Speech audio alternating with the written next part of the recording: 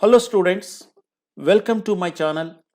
This session will be taking up SpeedMaths intro. What is SpeedMaths? SpeedMaths is all about doing calculations fast, learning few techniques so that we can do calculations in quick time. Why is SpeedMaths important? Students, you name any competitive exam, whether it is CAT or any MBA entrance exam, GRE, GMAT, Bank PO, Bank Clerical, Staff Selection Commission, Campus Recruitment Training, exams, then CSAT, and plus two students write CLAD, that is the law entrance, the integrated MBA co entrance, that is IPM, that are some of the IIMs offering. You name any of these exams, there are two test areas which are most of the time all these exams have. What are those two test areas? Quant and data interpretation.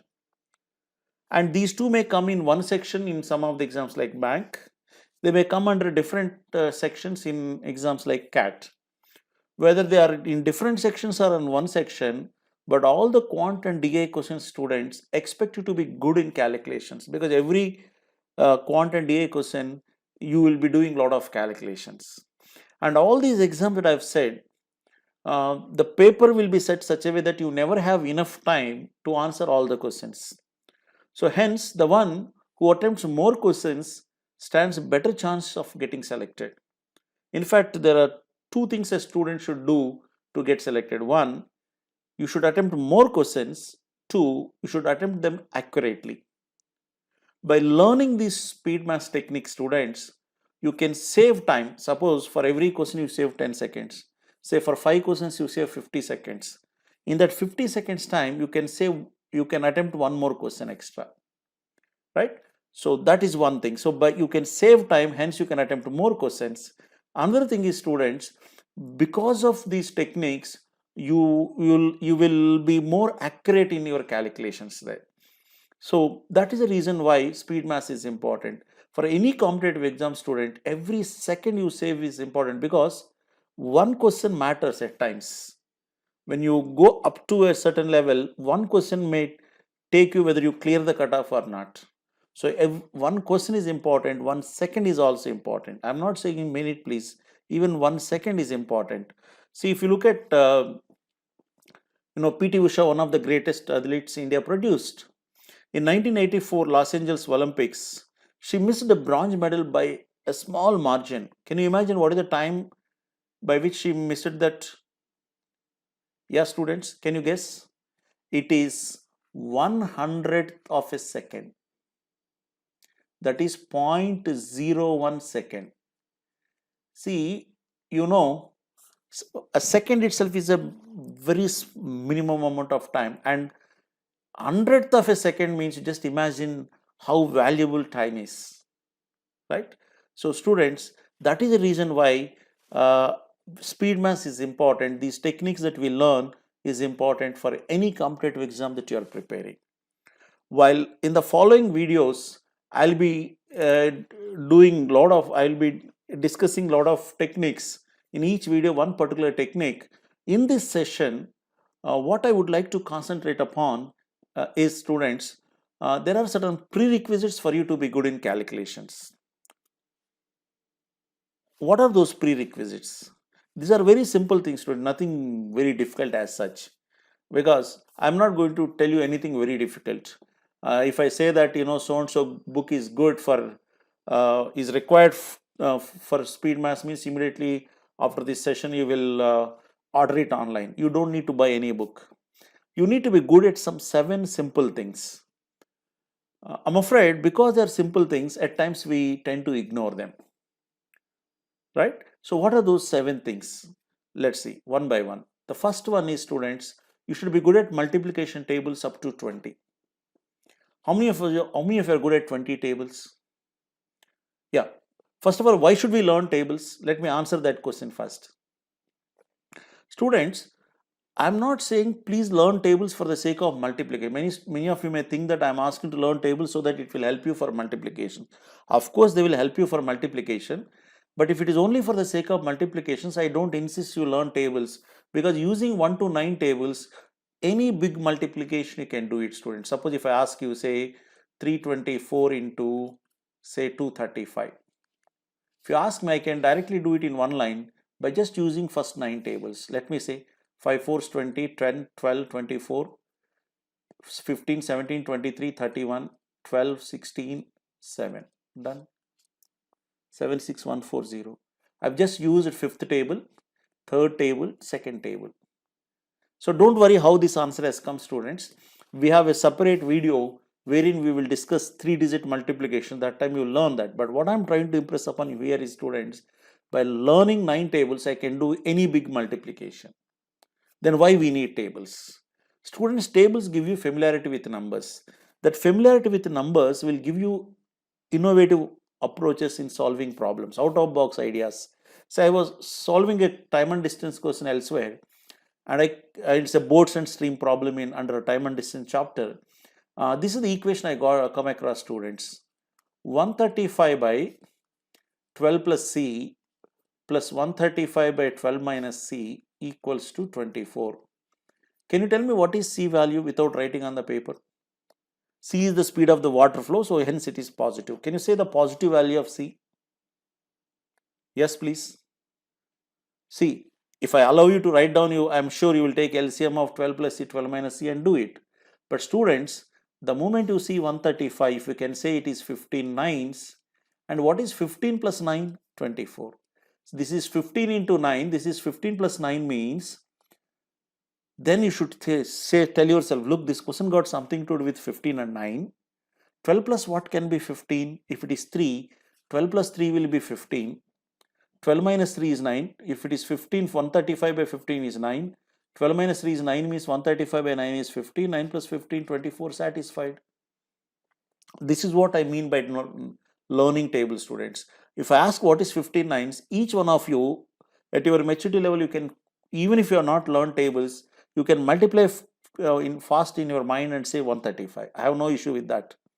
But what I expect you to be good at is, when I ask 135, you should say 15 nines. Students, for example, if you come across a statement where sum of two numbers is 25, product is 144. What could be the two numbers? Come on, without writing. If you ask a math teacher, he or she will tell you like this: write x plus y is 25, x into y is 144. X into y means what I can write, x plus y is 25 means this x comes this side, 25 minus x equals to 144. And if you simplify, you get a quadratic equation. It will take a lot of time. But students, if you can, the moment you see 144, if you can tell yourself, look, this is 12 into 12. But 12 into 12 can't be my answer because 12 plus 12 is not 25. If it is 16 and 9, 16 nines are 144, 16 plus 9 is 25. See how quickly you can do it. Compare that with writing these equations. Students, if I ask you, tell me a few more examples. Sum of two numbers is 25, product is 126. What could be the two numbers? Yes, please. 126 means 49 is 126, but 14 plus 9 is not 25. 18 sevens 126. 18 plus 7 is 25. Right? Like that you should be able to say, students. If I ask you 96, the moment you read 96 in a question, you should tell yourself, look, 16 into 6, 12 into 8, probably 24 into 4. Like that, if you can think of all possible combination of numbers that 96 can be divided into, then depending on the question, you can choose one of the combinations and guess the answer like I've just said here. Right? So tables give you familiarity with numbers. That familiarity will help you to answer the questions without doing the traditional algebraical approaches. Right? So students, whichever exam you are preparing, let me tell you, students, with all seriousness in the world, I am saying, your preparation for quant and DI starts with learning 20 tables, right? So learn 20 tables such a way that if I ask you what is 19 into 7, you should say 133. When I ask you what is 133, you should say 19 sevens. When I ask what is 17 into 8, you should say 136. When I ask you 136, you should say 17 into 8, right? Okay, that's about tables, students. The second one is, you should be good at first 25 squares. Again, simple things. That's what I said. I'm asking you very simple things. If you learn first 25 squares, the next 100 square, students, without putting on the paper, we can answer that. You ask me anything up to 125, in quick time I can answer it, not by by-hearting students, just by learning first 25 squares. If you ask me, say, what is 87 square, I will say it is 13 less than 100, 87 minus 13, 7400 plus 169, 7569. What I've used here is 13 square, 169, last two digits you can see. If you ask me what is, say, 62 square, I'll say it is 12 more than 50, 25 plus 12, 3700 plus 12 square, 144, 3844. I use it 12 square. If you ask me what is 36 square, it is 14 less than 50, 25 minus 14, 1100 plus 14 square, 196, 1296. I use it 14 square. See how this has come, don't worry. We have one more session of squares. In that video we will discuss, in fact we'll have two videos in discussing different approaches in finding squares. In one of the videos you will find these particular approaches there, don't worry. But what I'm saying is, here you can say anything up to 100, 125 only by using first 25 squares, right? So here is the list of first 25 square students. 25 square of course is 625, 24 square 576, 23 square 529, 22 square 484, 441 and so on. You can note down this. But let me tell you something. Two squares I would like to discuss here, students. What you observe here, 13 square and 14 square. Yes, 169 and 196. They both use 196. I mean, the digits you are using are 1, 6 and 9. Using these three digits, you can get three different square, students. You got only two here, but there is, there is one more also. Can you tell me what is one more? 961, which is 31 square. This is 14 square, this is 13 square. You have three different squares using 169, three digits. No other three digits will give you three different squares in a combination, please, except these three digits. Suppose if you take 256, yes, 16 square 256, 25 square 625 means again they have the same digits 256, but there are only two different squares. You don't have the third square. Only 169 can make, with the combination of those three digits, you can have three different squares. This was a question asked in one of the MBA entrance exam, students. That is the reason I am highlighting this, right? So what I suggest you is, you pause this video and then either take screenshot, or if you ask me, I'll suggest you write down with your hand in your notebook, so that by writing you learn things, students. So either way, you can just take the list of them and then come to the next screen, students. The next screen will talk about cubes up to 12. You should be good at first 12 cubes. When you're solving a problem, if you come across 1728, you should, if you can identify it is 12 cube, I think you can solve the problem easily. Or when you see 1331, yeah, I think you all know this 11 cube, right? Especially when you go to compound interest questions, students, these two numbers you more often than not you come across. You are solving a question, the moment you see 343, it can't be just like any other three-digit number, students. When you see 343, you should tell yourself, look, this is 7 cube. This question got something to do with powers of 7. Then I think the way you think in solving the problem will be completely different from traditional method, and hence you will save a lot of time. Right, students? You should know first 12 cubes. As I said already, 11 cube and 12 cube, you know 9 cube is 729, 8 cube 512, 6 cube 216 and so on, right? Take this list and come to the next screen, students, right? Either writing down or a screenshot. And similarly, students, you should be good at powers of 2 up to 12. In fact, there will be quite a few questions that you come across in competitive exams on powers of 2 as well as powers of 3. In one of the following videos, we will see how questions can be framed on that. This is the introduction part.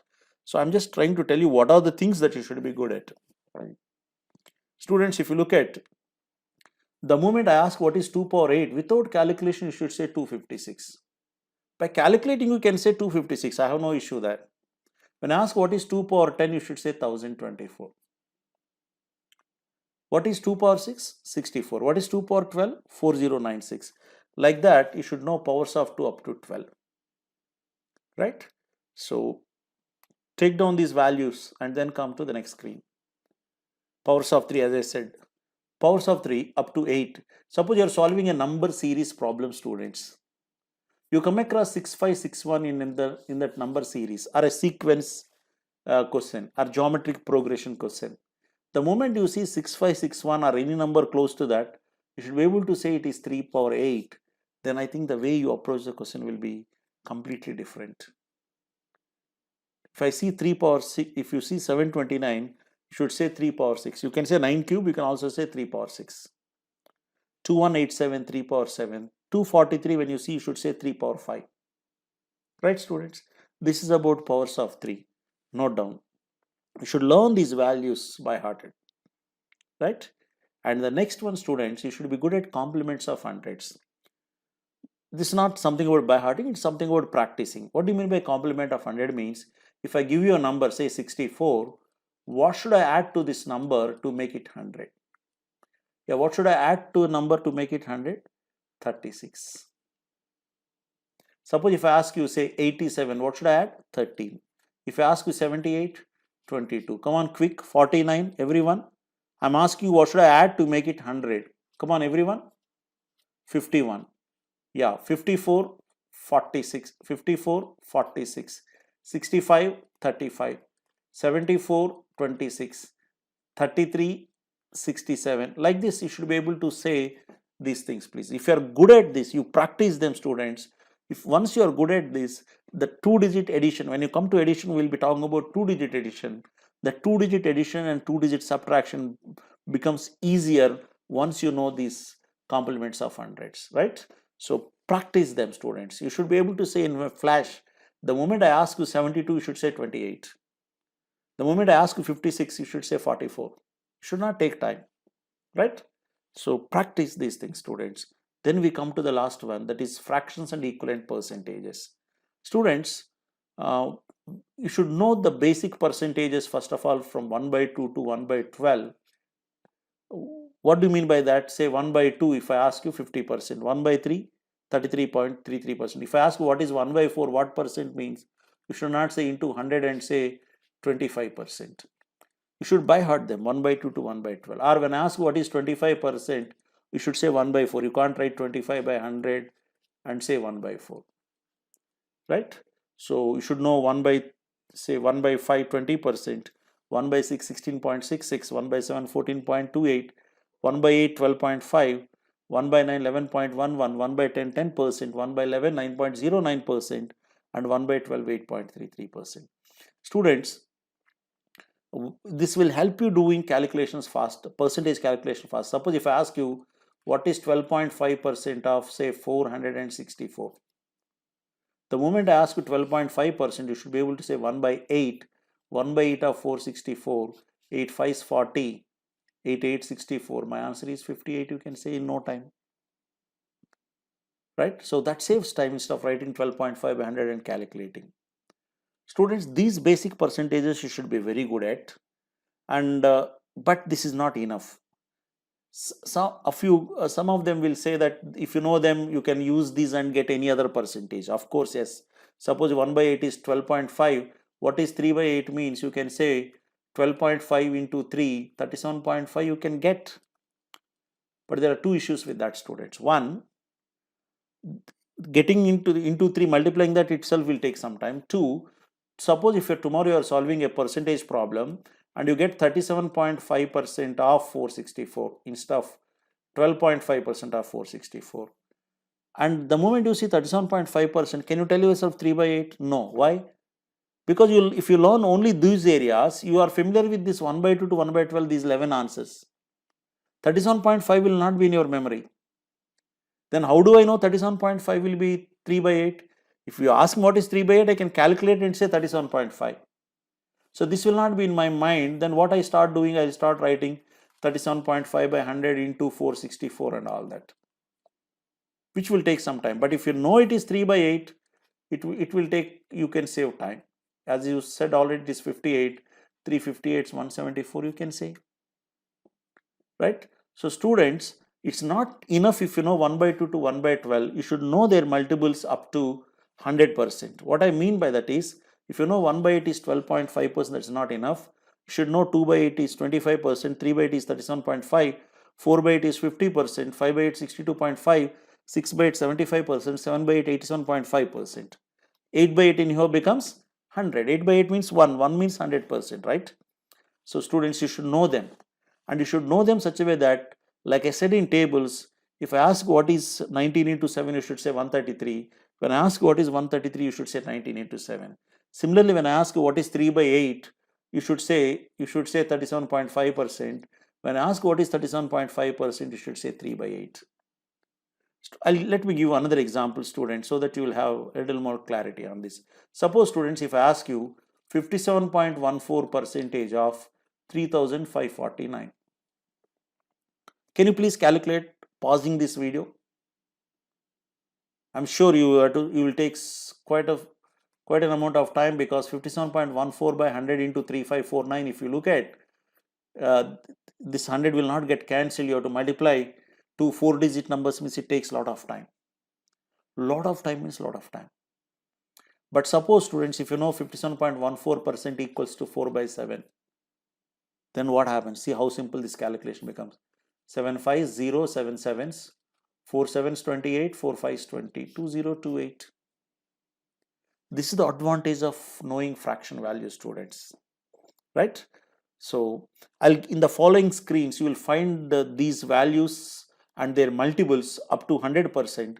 Please, every screen that you come across, pause that screen, write down the values, and then move to the next one, right? I'll quickly run through those screens, please.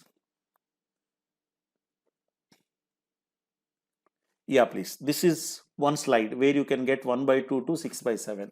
See, 1 by 7 is 14.28, 2 by 7 is 28.57, 3 by 7 42.85, 4 by 7 57.14, 5 by 7 71.42, 6 by 7 85.71. 7 by 7 in here becomes 100%. Like that, 1 by 6 16.662, 5 by 6 83.33. 1 by 5 20%, 4 by 5 80%, 5 by 5 will become 100%. Okay, like this you can write 1 by 4 25, 3 by 4 75. Can you write down these values, students? And then let's go to the next one. A few more values you will find in this slide. Please note down. As I said already, 1 by 8 12.5, 25, and so on. 7 by 8 87.5%. Similarly, 1 by 9 is easy to remember, students. 1 by 9 is 11.11, 2 by 9 is 22.22, 3 by 9 33.33, and so on. 8 by 9 will be 88.8. It's the multiples of 11. Easy to remember. 11, 22, 33, 44. Easy to remember. 1 by 10 is no issue at all. 1 by 10 10%, 2 by 10 20%, and so on. 9 by 10 90%, right? Can you please note down these values so that we can go to the next one, that is 1 by 11 and its multiples? Yes, students, if you look at this, 1 by 11 9.09, 2 by 11 18.18. As I said, 1 by 9 is multiples of 11, I said in the previous slide. If you see this one, students, 1 by 11 and its is multiple of 9. 1 by 9 is multiple of 11, 1 by 11 is multiple of 9. 1 by 11 is 9.09, 2 by 11 18.18, 3 by 11 27.27, and so on. 9 by 11 9 9 is 81.81, 10 by 11 90.9, right? Note down. When you are solving a question, percentage question, suppose if I come across 27.27% of, say, 3355, the moment you see 27.27%, you should say it is 3 by 11. Then of course the calculation becomes easy, right? Okay, students, the last one is 1 by 12 and its multiples. 1 by 12 8.33, 2 by 12 16.66, and so on till 11 by 12 91.66. Can you please note down this? Right? Okay, once you note down this, students, let me tell you something here. Tomorrow you are solving a percentage question in a quant or DI, in DI sets. 40 to 45%, your options, multiple choice options, are between 40 and 45%. If you can recall to your mind what fractions will give me a percentage between 40 and 45, the way you solve the problem will be different, students. Can you tell me what fractions? Can you recall to your mind? You have the list in front of you, you might have noted down. Can you tell me what are the fractions that give you 40 to 45%? More than 40% but less than 45? In this screen itself, you can see 5 by 12, 41.66. Yeah, but is it the only one? No. You know 3 by 7, how much it is? 42.85. You can check. 4 by 9, 44.44. Like this, you should be able to recall to your mind. Yeah, somebody will say 2 by 5 is equal to 40%. Yes, you are right. But I am asking more than 40, but still it is okay. Somebody will say 5 by 11 is 45.45. That is more than 45. I am asking less than 45. But still it is close to 45. Like this, if you can think of all these values, students, depending on the question, depending on the numbers, you use one of these fractions so that you can save a lot of time in calculating percentages. Students, whether it is data interpretation or percentage, profit and loss, simple interest, compound interest, in these areas, there will be huge percentage calculations that you will be doing. And knowing these fraction values will save precious time in the exam, students. Right? So these are the 7 areas that are prerequisites for you to be good in calculations, hence good in quant and DI. Right? Quickly, what are the quick review of what are the 7 areas? Come again. Tables up to 2020s, squares up to 25, cubes up to 12, powers of 3, powers of 2 up to 12, powers of 3 up to 8. Next, sixth one, complements of hundreds, and last, fractions and equivalent percentages. Right? Students, you learn these things, and when we come to the following videos, we'll be in each video we'll be discussing one technique, and time and again we keep coming back to these areas, students, in those following sessions. So try to learn them at the earliest so that the following videos you can follow better. Right? So this is what for this session, students. If you like this video, please do subscribe to my channel SR Gorentla. You can reach me if you have any queries at sr.gorentla1@gmail.com or on Facebook, Twitter, or even Instagram at sr Gorentla. Thank you. We'll meet again.